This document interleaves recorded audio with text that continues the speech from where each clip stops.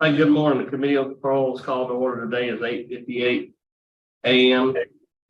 Thursday, February 16th. My name is Brennan Kelsey. I'll be chair. Along with me is Ms. Cheryl Knotson and Bonnie Jackson. Staff is 4C, the DOC headquarters in Baton Rouge. Our remote location is Caldwell. Staff and support at Caldwell. Please introduce yourself. My name is Lieutenant Tatum.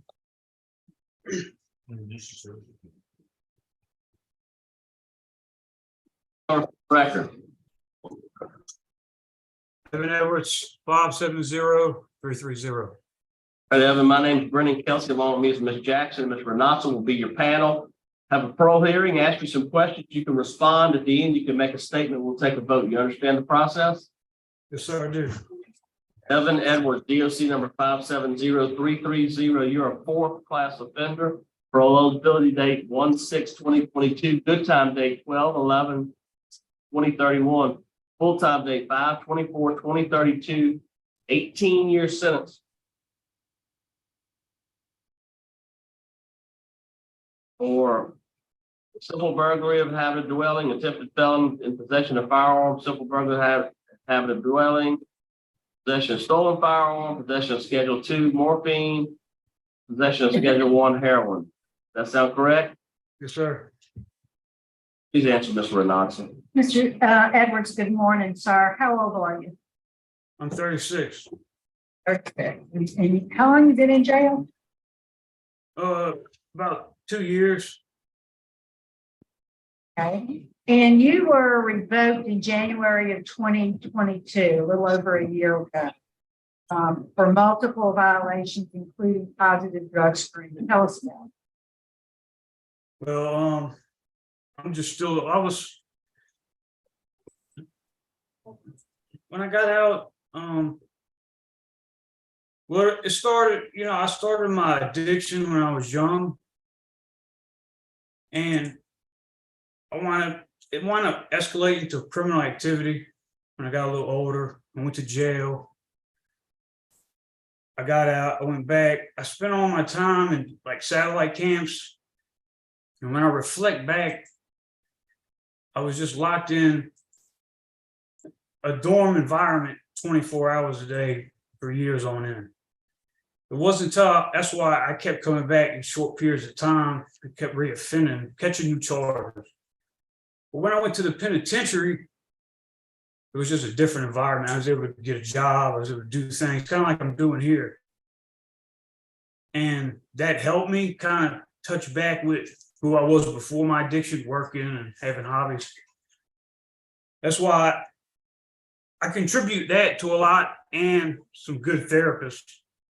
So why I actually made it 4 years after I got out of Angola. And I was able to reestablish with my family, my dad. I lost my mother, but I did well when I got out of Angola, but I could have done a lot better. So why was you revoked though? What happened? Why were you revoked? You did well for a while, you relapsed. Yeah, I had relapses. I just fell back to my addict tendencies. I relapsed during Christmas with alcohol. I remember one of my relapses was at work. I ran into an old guy I used to use with, and he had some pills, and he was like, "Try one." I was like, "Nah, man." But throughout the day, I wound up slowly talking myself into doing it again, which was stupid. I just still struggled with it a lot, but I didn't have a relapse for nothing for a while before I got revoked. I was using kratom, and I told the court freely. They sent me to rehab, but I didn't have a relapse on a serious drug for a while before I got revoked. Well, that's the relapse. And it looks like when I look at your record, it looks like you were given the opportunity for the Reentry Court program. I was in it. So well, is that what we're doing in Angola? Yes, ma'am. And I was Vocational. I completed it. I got 4 trades. I got carpentry level 1 and 2, an arborist license. and a private applicator pest control license. I completed the program. I went home on post reentry intensive probation. I was resentenced. And then it was a 5-year thing. I made it almost 4.5. New judge took over. And he kind of added up my past things into one big thing and sent me back to jail. He did that to a lot of guys that was in it for a while, but the first judge really favored me. He liked me a lot. He gave me a lot of slack. Maybe I took advantage of that. Yeah, I think you might have. So look, let's, in looking in your record, at some point during maybe an intake process, I noticed that you indicated that you don't believe treatment. Do you think you could use some substance treatment? Oh, definitely. I actually want to talk about this because this is a big thing. While I was in reentry, we had to go to Truth 180 outpatient. Now, it's a private thing. The judicial system uses it, but it's not just judicial system.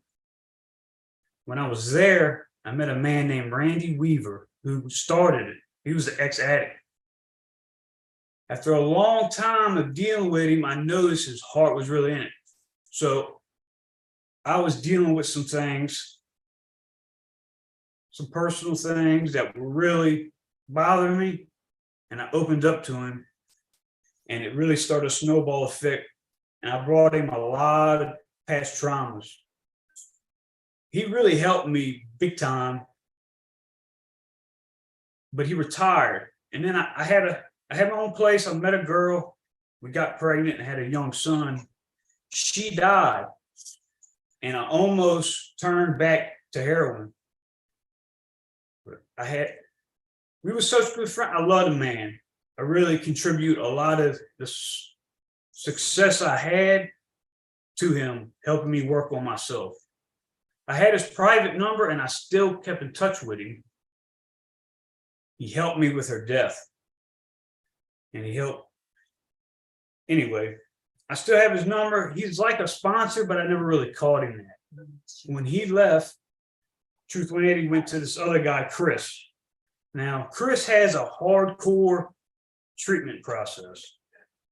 And it didn't really fit me, I think, but he felt the same way. So he sent me to Miss Janine. Now, me and her got along real well.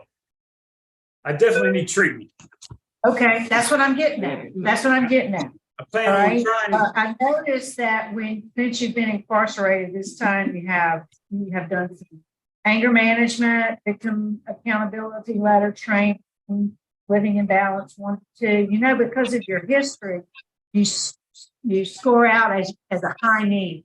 You have a lot of needs, and the treatment is one of those. You got a lot of time to look at that too. Yes, ma'am. I was actually going to send a propane. What are you doing now? What are you doing every day? Right now, I am a top A1 trustee. I'm like a compound necessity. I do every job. I'm assigned as a groundskeeper, but I do maintenance. I train people. I did disaster relief when the tornado tore this place up with the first responders. I'm one of the warden's go-to guys. Okay. Well, that's good to know. So are you subjected to drug screens? Oh, yeah, I just took one. I took plenty. I take them regularly. I just took Ever one had a problem? 4 days and never. No. You have any write-ups ever? Not This one. period stretch? Not even close. Would you, we have a really good program. You ever heard of the Steve Hall program, the intensive substance treatment program? I have. Reentry used to send people there, but he stopped doing it because he said after Dr. Susan left the program, he didn't believe it anymore. So that's why Would you be interested in that program, the long-term program? I would. You have to move. I know. All I right. really wouldn't like to move, but if I need it, I need it. And I would definitely consider going there. Lieutenant, do you have any input for us? Yes, sir. He's been here since March of last year, and I haven't had any problems with, Evan. He's a good trustee worker. He does a lot for us on the compound. He seems to be getting along very well. All right, great, thank you. All right, Evan, would you like to make a statement on your behalf? I just want to say that, I did a lot of damage to my life early on. I know that it's not too late to overdo that. I made amends to a lot of my victims. I stepped on my name pretty bad, and I did a lot to try to overturn that and work hard towards it. I gained a lot of respect. I made amends with my victims. I went to church with them. I do work for them. I gained their respect, they've told me, and a lot of people in the community, even my dad's. And my main goal right now is a pretty simple one. There's actually two, but I established a good relationship with my son the 4 years I was home, to the point where he chose to live with me over his mother. But my youngest boy is now about to be 3 in March. And I did an adoption when I went to jail to his biological mother's cousin. And they chose to take me into their family and make me a part of it. I talk to him weekly. I could just talk to him on the phone, everything. And if I go out there and I mess up even the slightest, I'm gonna lose being able to see that little boy forever, probably. But I'm just ready to go live life. I got a taste of that. I know what it could be like without being dependent on drugs and addict. I just wanted to see my little boy grow up. All right, thank you so much. Thank you for your comment.